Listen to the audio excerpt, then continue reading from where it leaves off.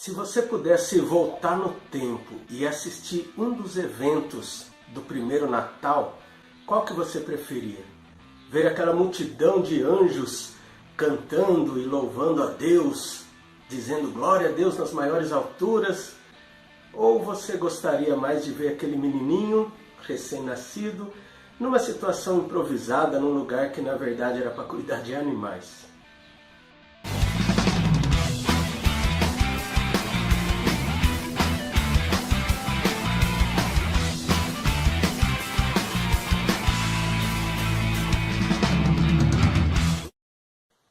Essa pergunta que eu fiz no início, ela tem muito a ver com aquilo que eu falei no vídeo de apresentação, que no Brasil, principalmente, acho que até no mundo todo, Jesus se tornou também um folclore, por mais que a gente não goste de falar assim.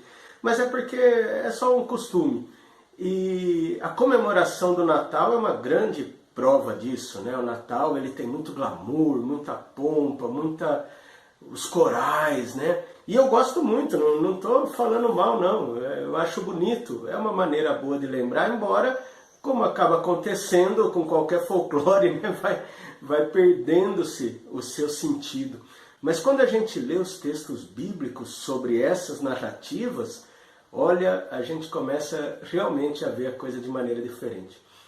Um dos grandes motivadores dos corais, das músicas e dessa beleza toda, das comemorações de Natal, é justamente a aparição dos anjos aos pastores, que só Lucas conta. Agora, é tão interessante você pensar em algumas coisas que o texto vai nos deixando. Olha que interessante, os anjos apareceram aos pastores. Os pastores, gente, naquela época não eram ninguém. Eram apenas pessoas que viviam ali do pasto, né?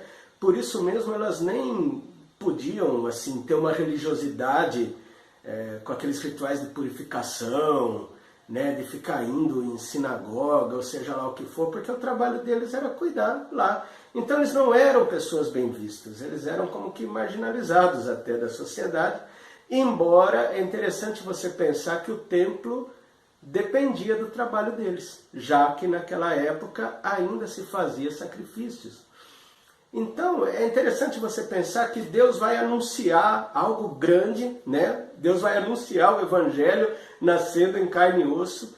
E é a única vez na Bíblia onde se usa uma multidão de anjos assim para um evento desse tipo. E é interessante que Deus escolhe se manifestar assim para humildes pastores. Às vezes eu fico pensando, puxa, por que Deus já não apareceu com esses anjos lá para as lideranças de Jerusalém? Ou para as pessoas mais influentes que já iriam avisar todo mundo e deixar, né, o nascimento de Jesus bem conhecido já? Por que não? Porque isso era um perigo, né? Basta ver nos relatos de Mateus o quanto que Herodes ficou com ciúme só pelo fato de dizerem que o rei dos judeus tinha nascido. E mais ainda, o Evangelho todo vem mostrando que Deus resiste aos soberbos, mas dá graça aos humildes. Então, o início realmente do Evangelho e até o Natal, né, os relatos do Natal, querem mostrar justamente essa questão da simplicidade. Tanto que é interessante você notar que aqueles pastores ficam totalmente admirados. Claro, qualquer um ficaria com a aparição daquele anjo e depois daquela multidão de anjos, trazendo aquela mensagem linda, né? Glória a Deus nas maiores alturas e paz na terra entre os homens a quem Ele quer bem. Olha que mensagem maravilhosa, Ele quer bem, né? É a sua graça. E Ele diz assim, hoje vos nasceu na cidade de Davi, o Salvador, que é Cristo, o Senhor. Olha que linda essa frase, hoje vos nasceu, ou seja, nasceu para vocês, humildes pastores que estão aí à margem da sociedade, nasceu para vocês e para todo o povo. É um anúncio de alegria para vocês e para todo o povo. E ver aqueles anjos, aquela coisa toda. E daí é interessante que o anjo diz para eles, olha, o sinal é o seguinte, vocês vão encontrar uma criança envolta em faixas, deitada na manjedoura. E quando eles vão para lá, o que eles encontram? Maria, José, outros familiares com eles, lá talvez até cansados e não vendo nada desse glamour. Olha que interessante, no Evangelho de Lucas isso fica muito claro e só ele conta realmente do próprio nascimento de Jesus. O relato do nascimento em si, ele é até meio sem graça. É interessante pensar nisso, mas olha só, você vai entender. Maria estava lá então já grávida, com a gravidez avançada, provavelmente agora já teria se casado mesmo com José, porque lembra que o anúncio da gravidez foi enquanto estava apenas desposado, e eles tiveram que ir para Belém, de Nazaré para Belém, uma viagem de 150 quilômetros a pé, por motivos burocráticos, que na verdade serviria para algo que para nós é como declaração do imposto de renda, esse tipo de coisa. Você já imaginou, naquela época, ter que andar 150 quilômetros a pé por causa do capricho do governador que inventou que era para recensear nas suas cidades natais? E como José e sua família era de Belém, vai essa caminhada e ela ainda grávida. Eu acho que se fosse nós hoje, ia até reclamar, falar, oh Deus, mas eu estou carregando seu filho aqui, dá uma ajuda, arranja um camelo, facilita as coisas para mim. A gente tem muito essa coisa de Deus tem que facilitar as coisas para a gente, né? Não teve facilitação não. Eles tiveram que caminhar, chegando lá era muita gente. E lembra que a viagem não foi sozinha, imagina que todos os parentes de José e os outros que eram de Belém foram para lá. Chegando lá, tinha que achar lugar nas casas, até diferentemente do que a gente vê em muitos lugares, não existia hotel, pousada nessa época, eram casas mesmo que eram cedidas, né?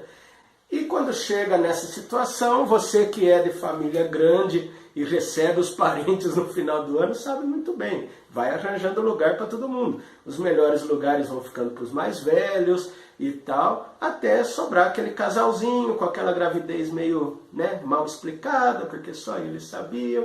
E aí arranjaram então uma estrebaria. Na época, a estrebaria, o lugar que cuidava dos animais, na maioria das vezes era inclusive dentro da própria casa. Então devem ter, sei lá, tirado os animais, dado aquela limpada. Eu imagino, porque às vezes a gente imagina essa cena do presépio como se Jesus nascesse lá na palha, no meio da sujeira. É só a gente pensar como é hoje. Eu imagino que os parentes de José, que estavam juntos, vendo que estava para nascer, deram aquela arrumada e prepararam o lugar dentro do que podia. É igual quando a gente vai nesses encontros de família, não tem lugar para todo mundo, e às vezes pega um banheirinho lá, não tem? Já dormiu no banheiro? Eu lembro de um acampamento que 5 caras dormiram no banheiro. Ou seja, você tem que adaptar, improvisar. Mas imagina, tudo isso é assim, uma situação, uma correria por causa de questões burocráticas, não teve privilégio nenhum, e lá no improviso, Jesus nasceu. Você já imaginou o Filho de Deus, o Rei dos Reis, Senhor dos Senhores, nascendo nessa situação improvisada, sem privilégio nenhum? É assim que Deus faz as coisas. Era necessário que ele nascesse em Belém. E esse meio tão chato foi usado para que ele nascesse lá, sem nenhum privilégio. Realmente ele nasceu como a gente. Uma coisa muito bonita do Evangelho, e por isso eu digo Evangelho em carne e osso, é isso mesmo, que Jesus nasceu nesse mundo como ele é. Não teve privilégio, pompa, glamour. Nasceu nesse mundo como ele é. E realmente, quando nós temos fé, realmente Jesus nasce na nossa vida como ela é.